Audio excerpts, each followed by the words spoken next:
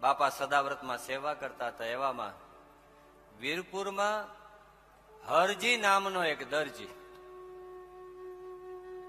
હવે આ હરજી નામના દરજીને પેટનો દુખાવો, દવા કરી, ઘણી બધી ઔષધિ કરી, પણ એનો પેટનો દુખાવો મટતો નહોતો.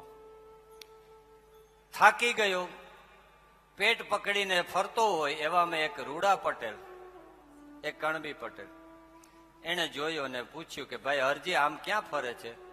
તો કે આ પેટનો દુખાવો મીન્સ સ્ટમક પ્રોબ્લેમ. ઘણી દવા ઔષધિઓ કરી પણ મટતું નથી.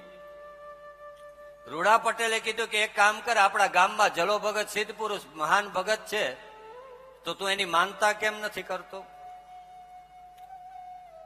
તો હરજી દરજીને બાપામાં શ્રદ્ધા જાગી અને હાથ જોડીને જલારામ બાપાને પ્રાર્થના કરી કે હે જલારામ ભગત, આ મારો પેટનું દર્દ જો મને મટશે તો 40 માપ દાણા હું તમારા સદાવ્રતમાં દાન કરીશ. બાપાની પહેલી માનતા કોણે કરી? હરજી દરજીએ. યાદ રાખજો, હરજીએ પ્રાર્થના કરી, ઘેરે આવ્યો અને જે દિવસે માનતા કરી, બાપાનું ચરિત્ર એમ કહે છે, તે જ દિવસથી એને પેટનું દર્દ મટી ગયું, ખાવા લાગ્યો, પીવા લાગ્યો, એકદમ હરખાઈ ગયો છે. અને એને પોતાની માનતા પ્રમાણે જે દાણા હતા, 40 માપ દાણા વીરપુરમાં જઈ જલારામ બાપાના એ જગ્યામાં અર્પણ કર્યા, બાપાના ચરણમાં પડ્યો.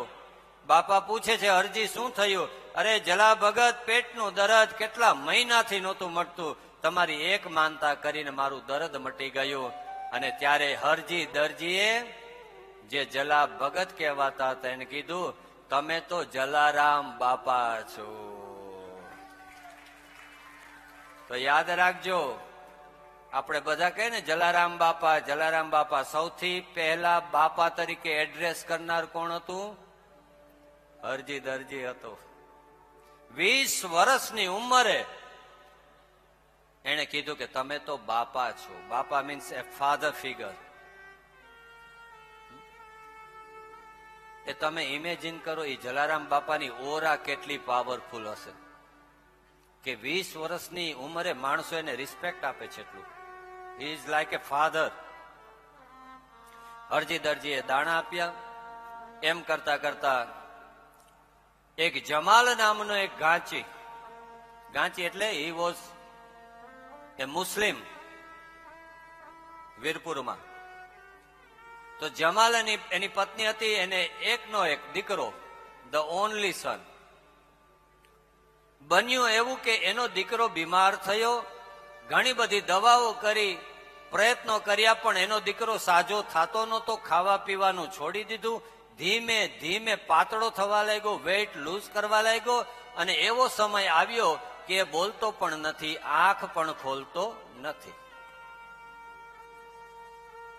જમાલ ગાંચી અને એની પત્ની મુંજાય છે કે એકનો એક દીકરો મરણની સૈયા ઉપર છે, અમને કોણ મદદ કરે? ઘણા વેદ, હકીમો, ઘણી દરગાહોમાં જઈ ઘણી પ્રાર્થના કરી, દવા કરી, દુઆ કરી, પણ એનો દીકરો સાજો થતો નહોતો. એક દિવસ હરજી દરજીએ જમાલભાઈને કીધું કે જમાલભાઈ, એક ઉપાય છે, પણ તમે માનશો નહીં, કેમ કે તમે હિન્દુ નથી. જમાલે હાથ જોડીને કીધું, અરે હરજીભાઈ, મને તો મારો દીકરો સાજો થાય એ જોઈએ, તમે મને બતાવો શું કરું કે મારો દીકરો એ સાજો થાય. હરજી દરજી કીધું, જમાલભાઈ, તમારે કરવી હોય ને તો અમારા જલા ભગતની માનતા કરો. શું કીધું? અમારા જલા બાપાની માનતા કરો. જમાલ ગાંચી પૂછે છે, પણ ભાઈ હું તો મુસ્લિમ છું, તો મારી માનતા સ્વીકારશે? હરજી દરજી કીધું, અમારો જલિયાણ છે ને, એના માટે બધા સરખા છે, એના માટે કોઈ હિન્દુ નથી, એના માટે કોઈ મુસ્લિમ નથી, જલારામ માટે કોઈ મોટો નથી, જલારામ માટે કોઈ નાનો નથી, જલારામ માટે કોઈ રાજા નથી, જલારામ માટે કોઈ રંક નથી. અમારો જલારામ તો બધાને એક જ નજરથી જોવા વાળો છે. અદ્રેષ્ટા સર્વભૂતાનામ, જેની નજરમાં બધા સરખા હોય. જમાલ ગાંચીને કીધું, તું માનતા કર, બાપા રક્ષા કરશે તારા દીકરાની.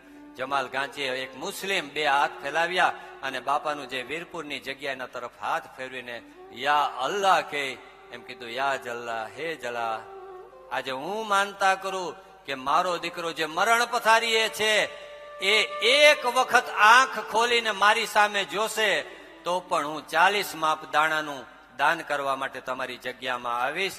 એ જમાલ ગાંચી મુસ્લિમ હોવા છતાં પૂજ્ય બાપાની માનતા કરી ઘરે આવ્યો. એની પત્ની પૂછે છે, કઈ દવા લઈ આવ્યા, શું કરી આવ્યા? ત્યારે જમાલે કીધું કે હું તો બાપાની માનતા કરીને આવ્યો છું, હવે તો બસ જલારામ બાપા બચાવે. એ જમાલ ગાંચી અને એની પત્ની પૂજ્ય બાપાનું સ્મરણ કરે છે, બાપાને યાદ કરે છે, બાપાને પ્રાર્થના કરે છે. એના દીકરાની બાજુમાં બેઠેલા છે. સમય વીતવા લાગ્યો, રાત પડી ગઈ. જે દીકરો આંખ ખોલતો નથી, જે દીકરો બોલતો નથી, જે દીકરો હલતો નથી, ચલતો નથી, મધ્યરાત્રિના એ દીકરાનો હાથ હલ્યો અને જમાલ ગાંચી રાજી થઈ ગયો. એકદમ પ્રસન્ન થઈ અને એની પત્નીને કહે છે, આપણા દીકરાએ તો હાથ હલાવ્યો છે. બે રાજી થયા. થોડી કલાકો વીતી ગઈ, શ્રદ્ધા વધી ગઈ, બાપાનું કીર્તન વધવા લાગ્યું અને એમ કરતા કરતા સવારે બ્રહ્મ મુહૂર્તનો સમય થયો. ફરી પાછો એના દીકરાનો હાથ હલ્યો, આંખ ખોલી અને કીધું, પિતાજી મારે પાણી પીવું છે. જે દીકરાએ એટલા દિવસથી પાણી નથી જોયું, અન્નનો દાણો નથી ખાધો, અને આ જલારામ બાપાની માનતા કરી બાપા એટલા પ્રસન્ન થયા. અને એના દીકરાએ જ્યારે પાણી માંગ્યું, જમાલ દોડ્યો, પાણીનો કળશ ભરીને લઈ આવ્યો, દીકરાને બેઠો કર્યો, પત્ની સાથે એના દીકરાને જલ પીવડાવ્યું. બંને રાજી રાજી થઈ ગયા અને એમ કરતા કરતા પાણી પી અને એનો પુત્ર સૂઈ ગયો. મધ્યાહનનો બપોરનો સમય થયો. ફરી પાછો દીકરો જાગ્યો અને કીધું, અમ્મી જાન મુજે ભૂખ લગી હે, મને કંઈક ખાવાની ઈચ્છા થાય છે, મને ભૂખ લાગી છે. અને એ શબ્દો સાંભળી જમાલ અને એની પત્ની એકદમ ગાંડાની જેમ નાચવા લાગ્યા. જલારામ બાપાનો જય જયકાર કરવા લાગ્યા. ધન્ય છે જલારામ, જિસકો ન દેવે અલ્લાહ ઉસકો દેવે જલ્લા. મેં તો એવી માનતા કરી હતી કે એક વખત આંખ ખોલીને જુએ, આ તો અમારો દીકરો ખાવાનું માગે છે. એની પત્ની દોડતી દોડતી જાય છે, શીરો બનાવે છે, લઈ આવે છે અને એ જમાલ અને એની પત્ની પોતાના હાથે શીરો એના દીકરાને ખવડાવે છે. દીકરો શીરો ખાઈ લે છે અને જે દુઃખના દિવસો હતા એ જલારામ બાપાની કૃપાથી સુખના દિવસો થઈ ગયા. તમારા ઘરમાં દુઃખ હોય ને, જલારામ બાપાને યાદ કરજો. જલારામ બાપા તરત જ દુઃખના દિવસોને સુખના દિવસોમાં ફેરવી નાખશે, આ યાદ રાખજો.